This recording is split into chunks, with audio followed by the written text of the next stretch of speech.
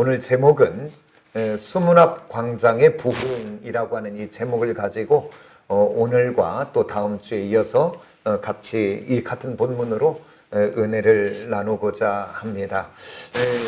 부흥이라고 하는 이 단어의 국어 사전의 사전적 의미는 뭐냐면 쇠퇴하였던 것이, 그러니까 쇠하여졌던 것이 다시 흥하게 일어나는, 이게 일어나는 상태, 그거를 부흥이라 그렇게 이야기했더라고요.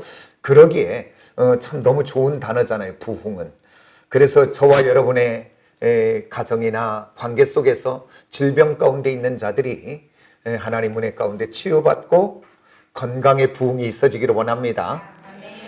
그리고 또 우리들의 또한 직장과 산업과 우리들의 경제 속에 결핍이 있었다면 하나님의 은혜로 인하여 직장과 일터와 사업장과 경제가 부흥되는 역사를 맡기를 원합니다.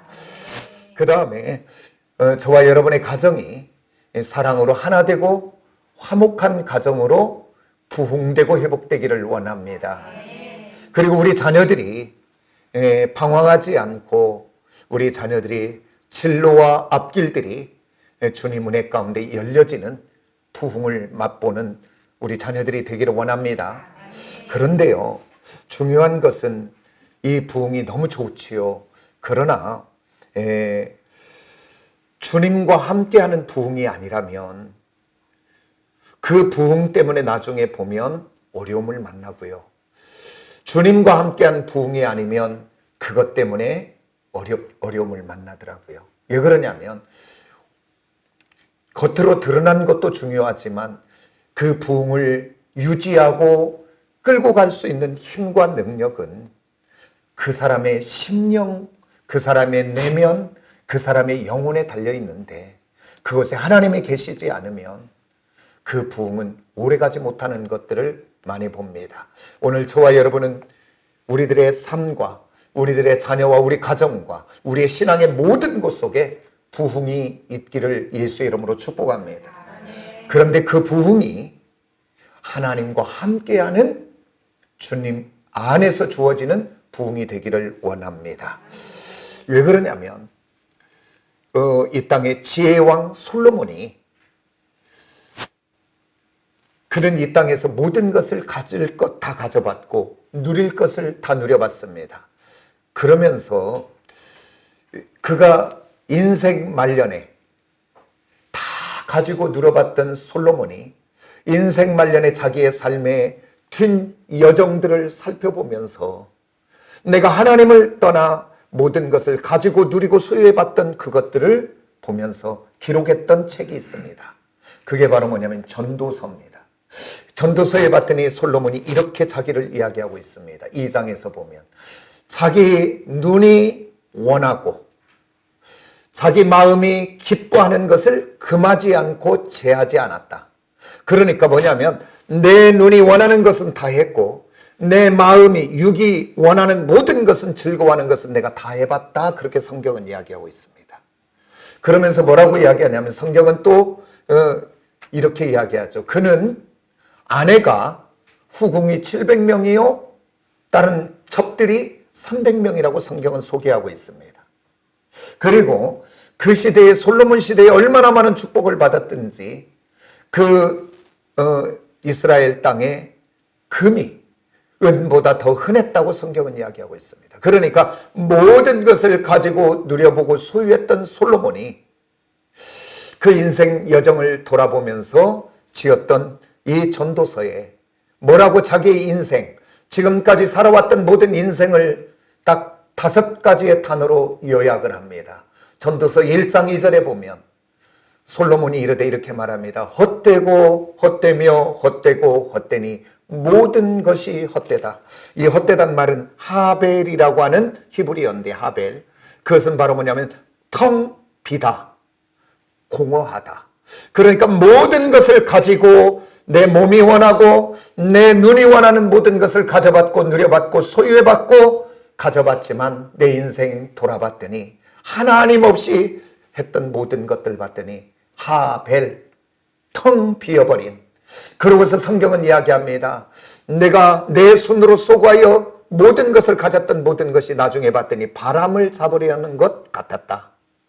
바람은 잡혀지는 거예요, 안 잡혀지는 거예요? 잡은 것처럼 가져봤더니 나중에 봤더니 아무것도 남는 것이 없더라. 그 성경은 이야기합니다. 그러면서 그가 결론을 냅니다. 이렇게 전도서가 12장까지 있는데 12장 마지막에 가보면 우리 인생이 어떤 것이 복 있는 인생이냐면 여호와를 경외하며 그 여호와의 말씀, 명령을 지켜 사는 것이 복 있다라고 이야기합니다. 그래서 솔로몬이 이제 어떻게 살면 복 있는 인생을 살까? 그래서 자기 이후에 다른 후대에게 참으로 복된 인생을 살기를 위하여 남겨놓은 책이 또 하나 있습니다. 그것이 바로 뭐냐면 솔로몬의 잠언입니다. 어떻게 하시는 것이 가장 복 있는 인생이 살아갈까? 그러면서 그 잠언의 서두가 가장 핵심이 뭐냐면 지혜롭게 살아야 되는데 그 지혜롭게 사는 방법이 다른 것이 아니라 따라서 여호와를 경외하는 것이다. 여호와를 경외하고 사는 것이 가장 복 있는 인생이라고 이야기합니다.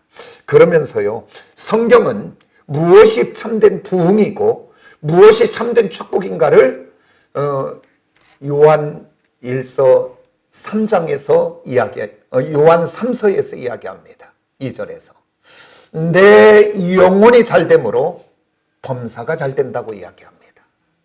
그러니까 참된 부흥, 참된 축복은 우리의 영혼이 잘 되어지는 것이 가장 축복이고 부흥인 줄 믿습니다. 아빠 우리 따라서 합시다. 참된 부흥은 참된 축복은 하면 우리 성도들은 다 같이 내 영혼이 잘 되는 것이다 그렇게 한번 하세요.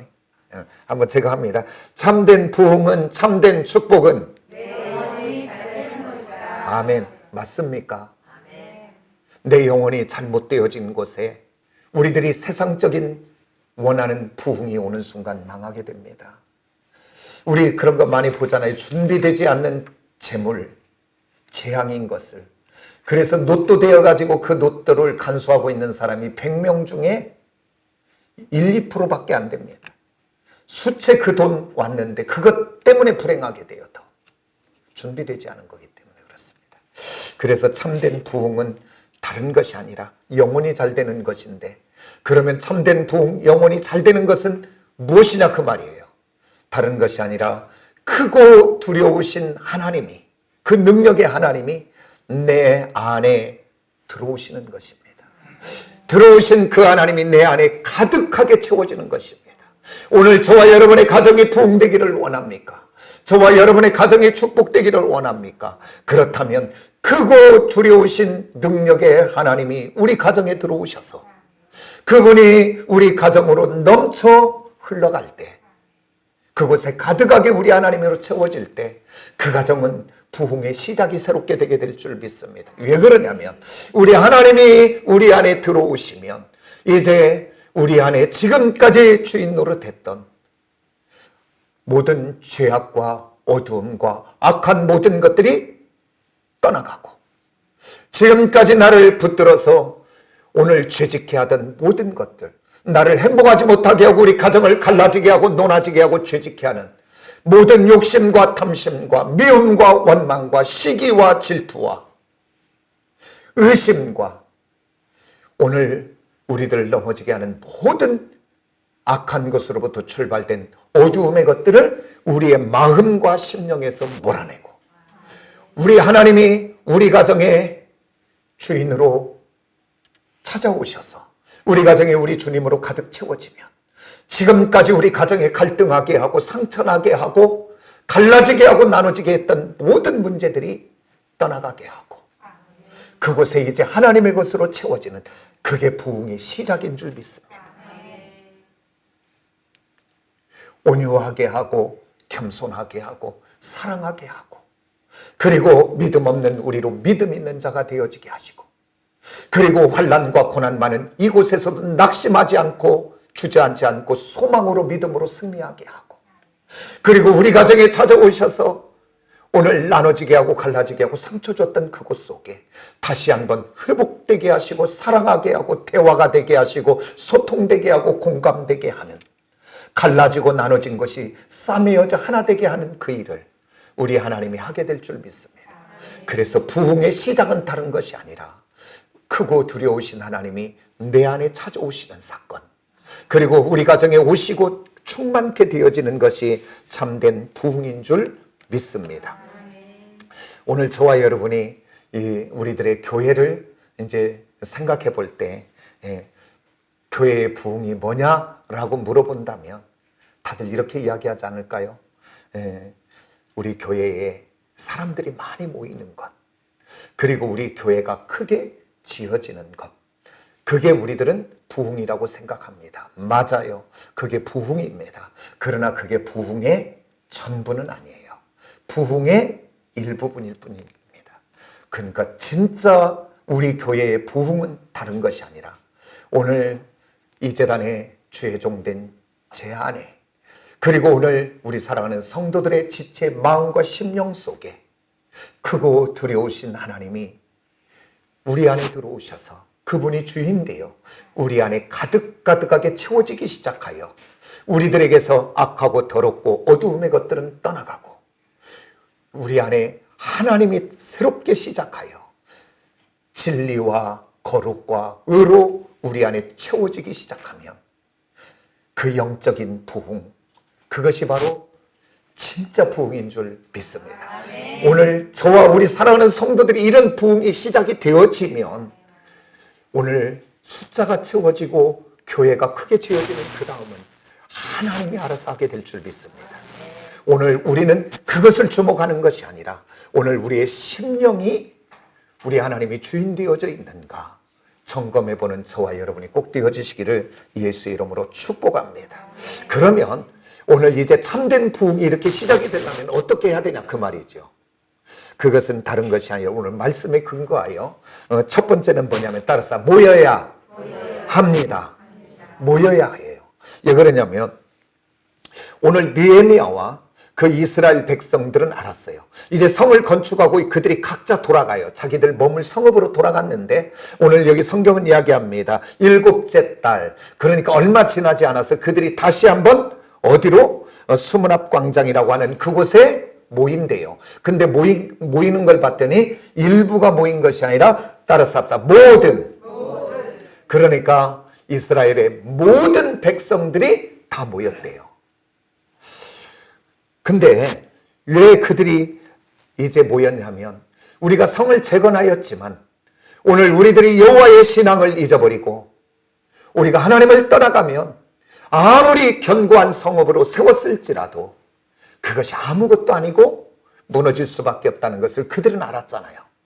그러기에 이제 오늘 우리들의 마음과 심령 위에 이제 성은 세웠지만 우리의 심령 위에 크고 두려우신 우리 능력의 하나님으로 채워지지 않으면 안 된다고 하는 이 신앙의 고백을 가지고 오늘 모인 줄 믿습니다. 우리 한번 1절 다 같이 한번 읽어봐요. 8장 1절 다 같이 시작. 이스라엘 자손이 자기들의 성읍에 거주하였더니 7째 달에 이르러 모든 백성이 일제히 수문앞 광장에 모여 학사 에스라에게 여호와의 이게 명령하신 모든 모세의 율법책을 가져오기를 청하매 그래서 모였다고 이야기합니다. 그래서 부흥의 시작은 다른 것이 아니라 모이는 곳에 있는 줄 믿습니다. 그렇기 때문에 오늘 저와 여러분의 가정도 부흥되기를 원하십니까? 그렇다면 모여야 되는 줄 믿습니다. 자꾸 모여야 됩니다. 그러니까 우리 교회도 부흥이 되어지려면 모여져야 될 줄 믿습니다. 그래서 이 악한 사단은 너무나 잘 알지요. 하나님의 자녀들이 모여지면 그곳에 부흥이 되고 그곳에 회복의 역사가 있다는 것을 알기에 악한 사단은 모이지 못하게 합니다. 오늘 저와 여러분의 가정들이 오늘 아내와 남편이 자녀들이 모이기만 한다면 그곳에 사랑이, 그곳에 교제가, 그곳에 소통되어지는 은혜가 있어 우리 가정이 행복한 가정을 되어지는데 그것을 너무나 잘 알기에 이 사단은 가정 안에서도 모여지지 못하게 하고 나눠지게 하고 있는 것들을 보게 됩니다. 오늘 이 악한 사단은 모이지 못하게 하고 하나 되지 못하게 하고 갈라지게 하고 나누어지게 하고 갈등하게 합니다. 아니 모여도 그곳에 비난하고 정죄하고 원망하여 상처를 주어가지고 에라 더 상하게 하고 찢어지게 합니다.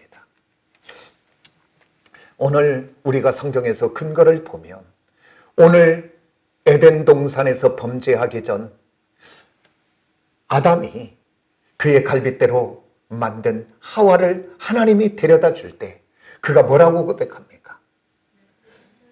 내 살 중에 살이요 내 뼈 중에 뼈라고. 진짜 맞아요. 뼈 중에 뼈고 살 중에 살이에요. 왜 그러냐면 하나 되게 하려고 하나님이 흙으로 만들어야 맞잖아요. 근데 그렇지 않고 잠들게 하고 그의 갈빗대, 살을 찢어 갈빗대를 통해서 만들잖아요. 왜 그러냐면 부부는 하나 되게 하려고. 그런데 오늘 악한 사단의 꾀에 넘어 선악과를 먹고 난 다음 두려워에 숨어있는 아담에게 하나님이 찾아와서 아담아, 아담아 내가 어디 있느냐. 그러고서 두려워하여 숨었나이다 하니까 왜 내가 그 선악과를 먹었냐고 물어봐요. 그랬을 때 뭐라고 그래요? 하나님이 만드신 저 여자가, 그 여자가, 아니 뼈 중에 뼈요 살 중에 살이었던 그가 이제는 그 여자래요. 그 여자.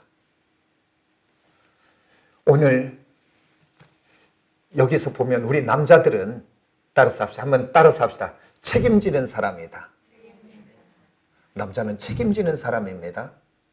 오늘 여기서 정말 아담이 여기서 이렇게 나갔어야 되잖아요. 하나님, 저 선악과 먹으면 죽는다고 나한테 말씀해 줬는데 내가 이 사실을 내 아내 하와에게 더 강조하고 더 강조하고 더 강조해야 되는데 내가 그러지 못한 것 하나님 내 책임입니다. 그리고 나 또한 이렇게 넘어져 버렸습니다. 라고 비난하고 원망하고 갈라져야 되는 것이 아니라 책임을 지는 사람이 돼야 되잖아요. 오늘 저와 여러분 남자만이 아니라 예수 믿는 저와 여러분은 따라서 책임지는 사람이다. 책임지는 사람이 되시기를 원합니다. 가정에서나 어디에서나 누군가를 탓하고 원망하는 사람이 아니라 나의 문제입니다. 내 탓입니다. 아니 부부싸움하고도 실컷 그 남자가 다 잘못해서 해고도 내가 예수 믿는 사람이라면 내가 성숙한 사람이면 내가 먼저 사과하시기를 원합니다. 어떻게? 여보, 당신이 열받았을 때 내가 좀 그 자리 피했으면 되는데 내가 좀 참았으면 되는데 내가 그냥 옳고 그름만 따져가지고 여보 미안해. 사과하고 소통하고 여는 사람은 아무나가 아니라 따라서 합시다. 성숙한 사람. 저와 여러분 예수님으로 인하여 우리의 인격이 성품이 성숙되어지기를 원합니다. 그리하여 어디에 가든지 나눠지게 하고 갈라지게 하는 곳에 쓰임받는 사람이 아니라 하나 되게 하고 회복되는 곳에 쓰임받는 저와 여러분이 되기를 원합니다.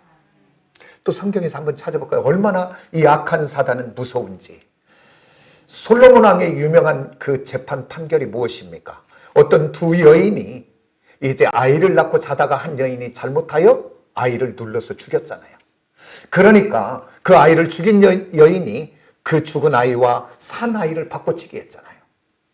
그래서 그 다음날 일어나 보니까 죽은 아이를 품은 그 보니까 내 아이가 아니요. 그래서 송사가 시작이 되잖아요. 그래서 솔로몬 앞에 왔잖아요. 솔로몬이 뭐라 그래요? 뭘 갖고 오라 그래요? 칼을 갖고 와라. 그래서 서로 우기는 저 여인들에게 이 아이를, 살아있는 아이를 반 잘라서 각자에게 주어라라고 이야기해요. 그럴 때 진짜 어머니는 뭐라고 해요? 아닙니다. 그냥 저 여인에게 주세요. 그런데 악한 사단에게 붙잡힌 그 여인은 뭐라고 이야기합니까? 나누세요 그래요. 나눠. 뭘 나누는 거예요 지금? 물건을 나누는 겁니까? 아니, 생명을 나누라는 거예요. 이게 사단이 하는 것들입니다. 오늘 악한 사단은 오늘 우리에게 하나 되지 못하게 하여 상처 주고 나누게 하고 그래서 아파지게 하는 것, 그것이 사단이 하는 일입니다. 오늘 저와 여러분은 누구에게 쓰임받는 사람입니까? 오늘 저와 여러분은 하나님에게만 쓰임받는 은혜의 사람들이 다 되어지기를 원합니다. 우리 막 한 번 더 찾아봐요. 사무엘상에 가보면 이제 사울왕과 다윗왕이 나오잖아요. 다윗왕은 누굽니까? 다윗은 지금 누굽니까? 사울왕의 사위입니다. 사위. 그리고 다윗은 누굽니까? 사울왕의 충성된 부하이며 또한 장군입니다. 그런데 어느 날 사람들의 소리 속에 다윗은 만만이요 사울은 천천히요라고 하는 이 소리를 듣고 그 마음 속에 악한 것이 시기심과 질투심과 두려움을 넣어줍니다. 그래서 이 사울은 그 시기심과 질투심과 그 두려움에 온전하게 사로잡혀 그의 남은 인생은 그 시기심과 질투심과 두려움의 감옥 속에서 자기의 충성된 사위며 부하인, 어떻게 보면 천천히요 만만이라 그래도 만만인 부하를 데리고 다스리고 있는 왕이 더 위대하지, 그렇지 않은가요? 그런데 그 악한 것에 매여 그의 남은 인생 다윗 죽이는 곳에 쏟다가 나중에 비참한 인생으로 마무리하는 것을 봅니다. 이 사단은 철저하게 나눠지게 하는 곳에 역사합니다. 그러기에 오늘 저와 여러분은 어쩌도 모여지는 곳에 하나 되어지는 저와 여러분이 꼭 되기를 원합니다. 그래서 우리 하나님이 히브리 기자를 통해 말세의 때를 살아가는 저와 여러분에게 부탁했습니다. 그러면 명령한 것이 있습니다. 그것이 바로 뭐냐면 히브리서 11장 25절에 모이기를 패하는 어떤 사람들의 습관이라고 이야기하네요. 그러니까 모여지는 것도 습관이요 모이지 않는 것도 습관이라는 거예요. 오늘 저와 여러분 모여지는 습관을 가지시기를 원합니다.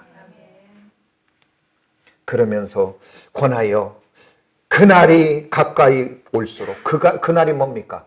종말의 말세의 때가 가까이 올수록 더욱 모이기를 힘쓰는 때 되라고 이야기합니다. 어떻게 보면 이제 앞으로 이제 말세의 때를 가면서 이렇게 뜨겁게 모여 예배드리기가 점점 어려워지는 시대 속에 갈는지 몰라요. 오늘 코로나 사태를 통해서도 모여지는 예배를 얼마나 많이 공격받았고 어려움 속에 있는지 모릅니다. 그리고 이 코로나 사태 속에 모이지 못하게 하고 있잖아요.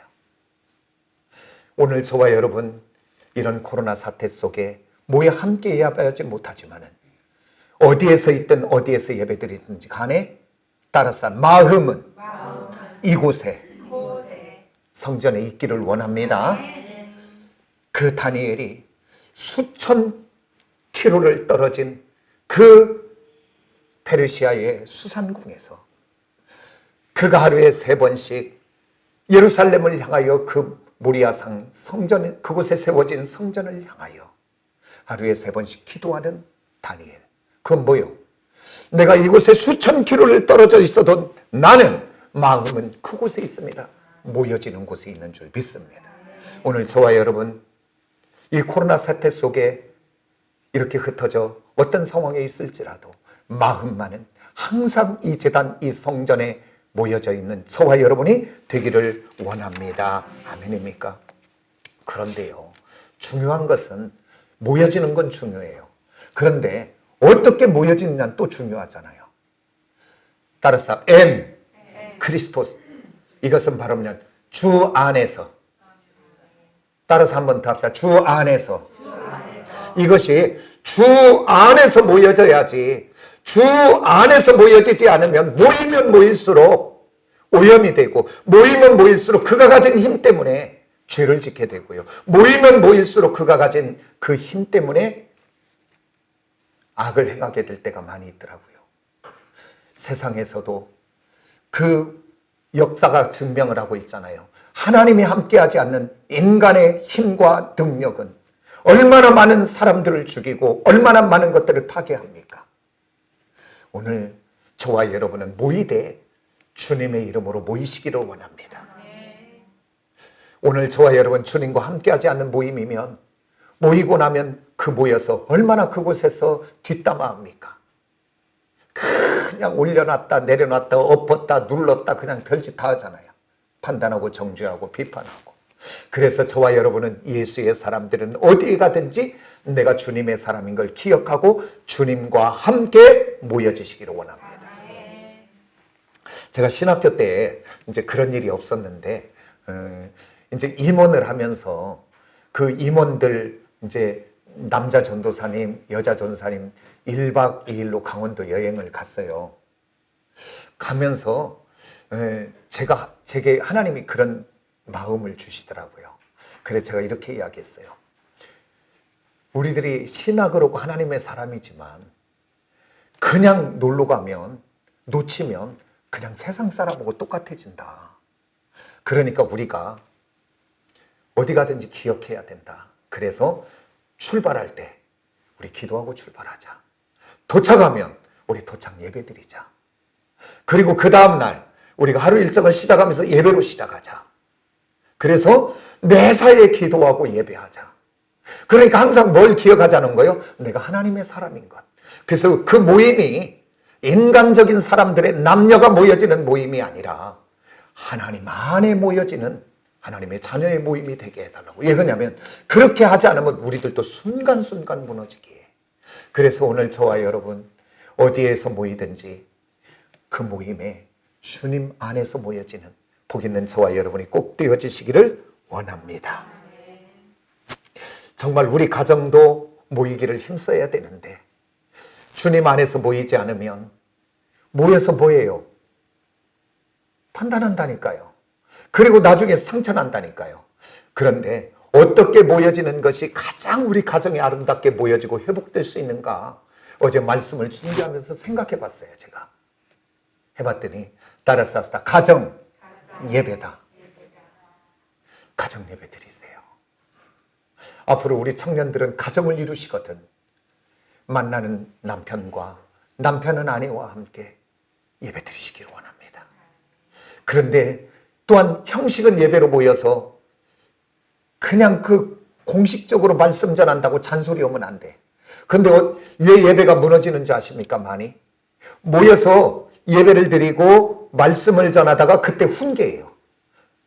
너는 왜 예배를 그렇게 드리냐? 옷차림은 뭐냐? 자세는 뭐냐? 너는 그러고 이제 평소에 있었던 거 막 끄집어내요. 그 예배 아니에요. 그거는 잔소리 오는 거지. 절대 그렇게 하지 마시고 오늘 성경 같이 읽고 말씀 전하기 어려우면 이 말씀 느낀 건 뭐야?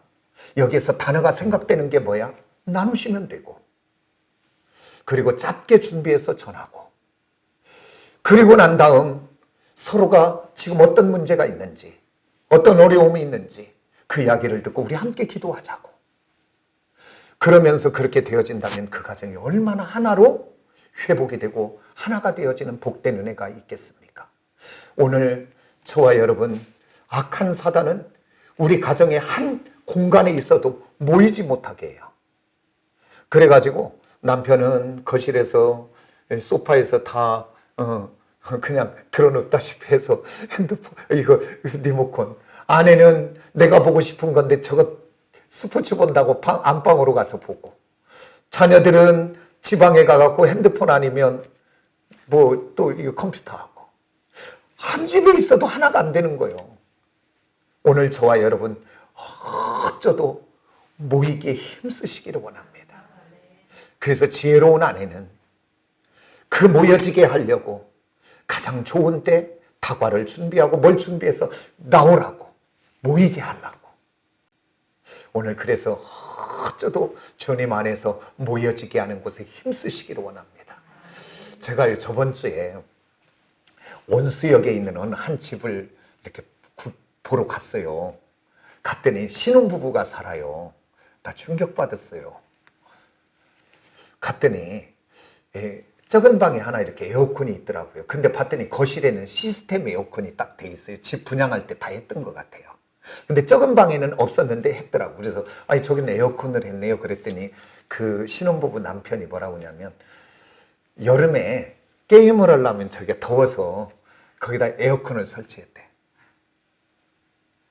신혼부부인데, 그러니까 자기는 일하고 밤에 퇴근하면 쉬어야 되는데 나는 게임해야 되겠다는 거예요. 하나가 안 되는 거예요. 오늘 이 가정에 대화가 안 되고 하나가 안 되면 오늘 우리 남편에게 우리 아내에게 어떤 문제들이 찾아와도 어떤 어려움이 와도 몰라요.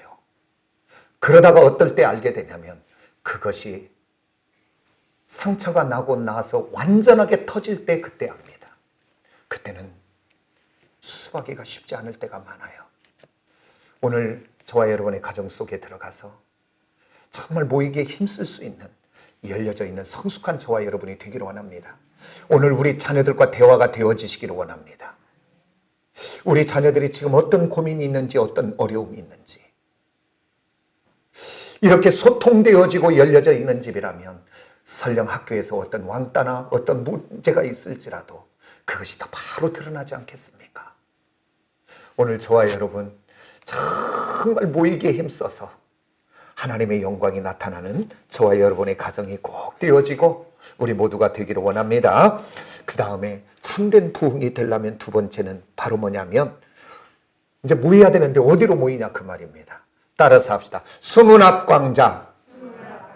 오늘 성경에 봤더니 수문앞광장에 모였대요. 그러면 수문앞광장에 모였는데 이 수문앞광장이 뭐냐 그 말이에요. 오늘 이 수문앞광장의 영적인 비밀을 알면 새로운 은혜가 우리에게 있게 될 줄 믿습니다. 이 수문앞이라는 것은 바로 뭐냐면 히스기 왕 때에 예루살렘 성이 이렇게 사방으로 우겨싸임을 당하면 그곳에는 물이 없어요.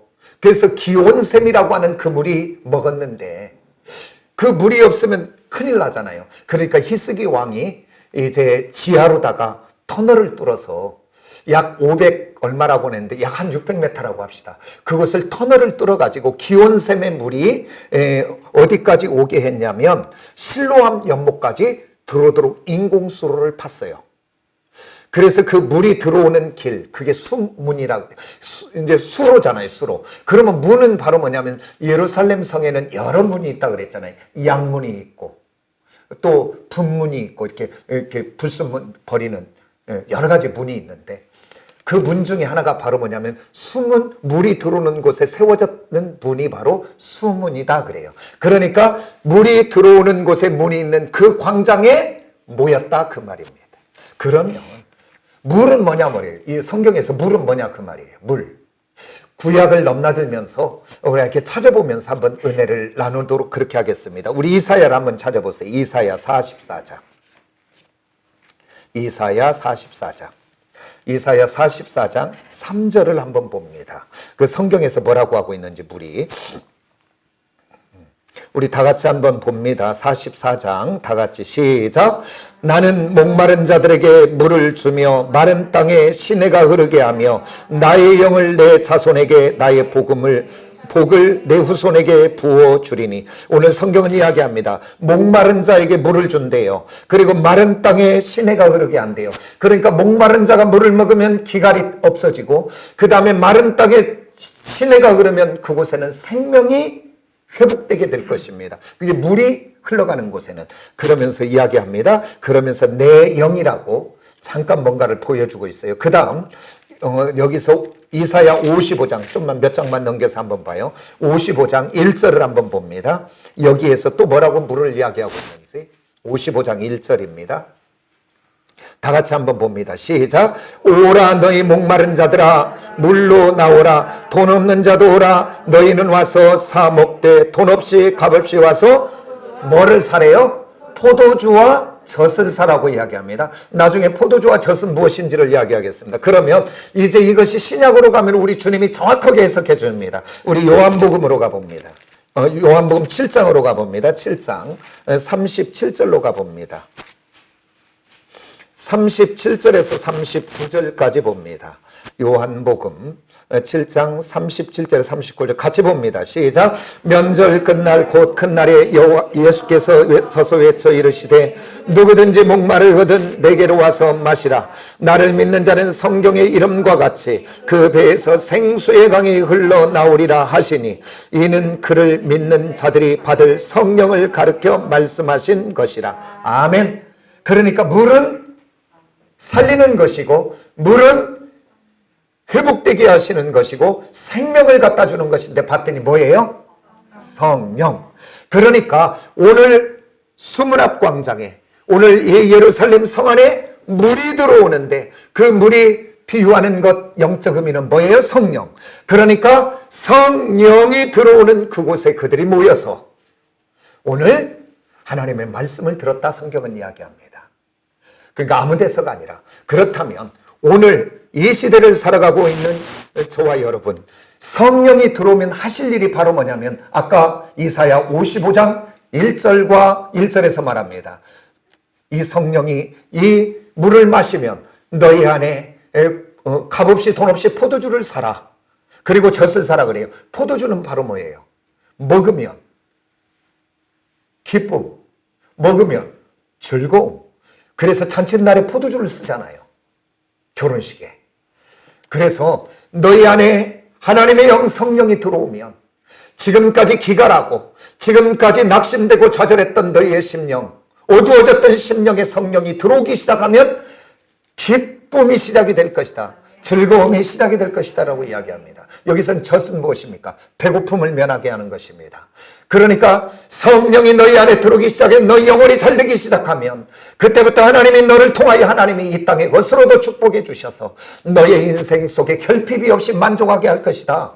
그것을 지금 성경은 이야기하고 있는 것입니다. 그러면 하나님의 영 성령을 찾고 구하고 두드리는 자에게 주시겠다고 복음서에서 우리 주님을 통하여 말씀하고 있습니다. 그 성령은 어디에서든지 구하고 찾고 두드리는 자에게는 임재할 줄 믿습니다.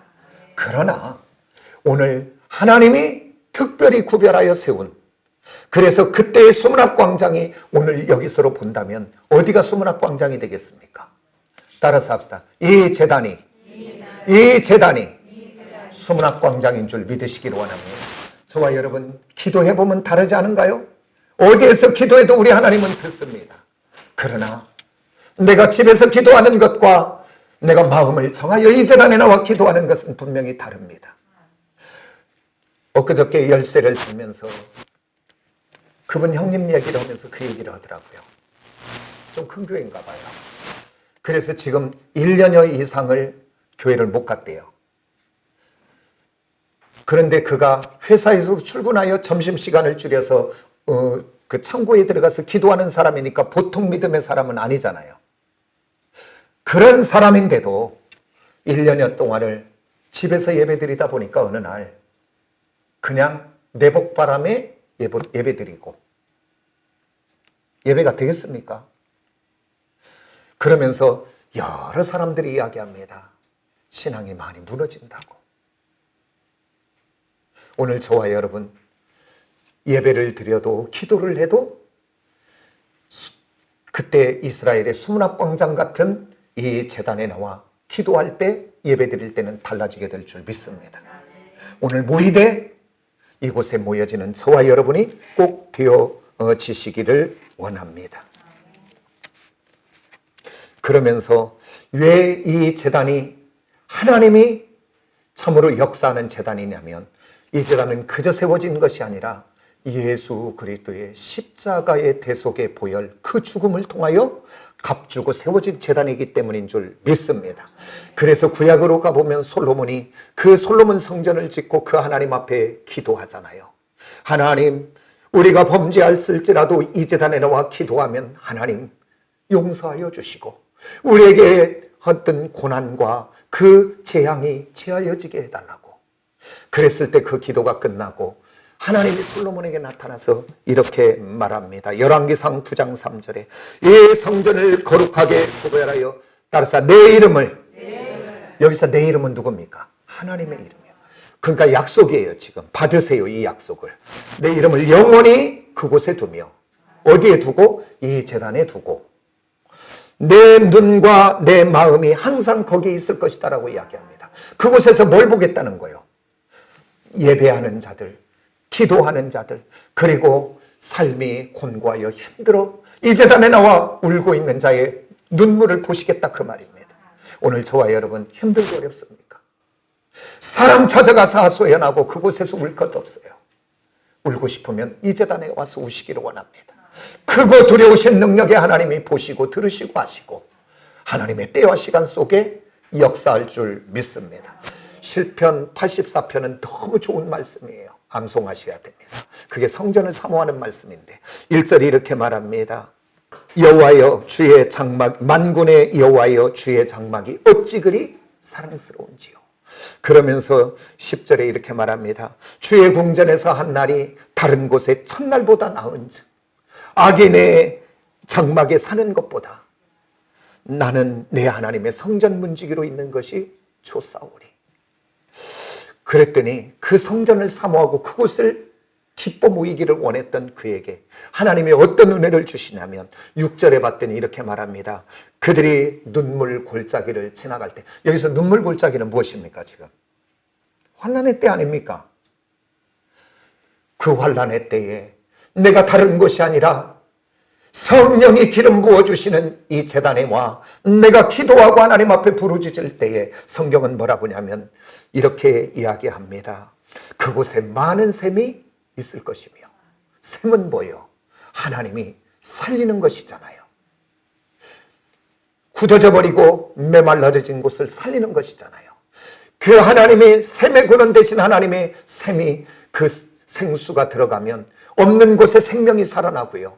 그곳에 모든 것들이 살아나는 것을 경험하잖아요. 아무리 사막같이 다 죽은 곳에서도 물이 흘러가면 그 물길 따라 생명이 살아나고 그곳에 동식물이 살아나고 회복이 되잖아요. 오늘 저와 여러분 힘들고 어렵고 결핍됐습니까? 오늘 수문학 광장인 이곳에 와서 하나님 앞에 나아가기를 원합니다. 그러면 우리 하나님이 그곳에 많은 샘이 있게 할 줄 믿습니다. 그리고 또 성경은 뭐라고 약속하냐면 이른 비로 복을 채워준답니다. 문제 속에서도 사는 길을 열어주시겠다 그 말입니다. 오늘 저와 여러분 이제 오늘 말씀을 마칩니다. 오늘 두 가지 나눴습니다. 오늘 부흥은 다른 것이 아니라 모이는 것이다. 근데 어디로 모여야 되냐? 오늘 수문학 광장에 모여야 되는데 사람만 모이면 안 되고 엔 그리스도스 주님과 함께 주 안에서 모여지기 시작하면 그곳의 역사가 시작이 되게 될 줄 믿습니다. 이 은혜가 우리 모두에게 넘치기를 원합니다. 기도하겠습니다.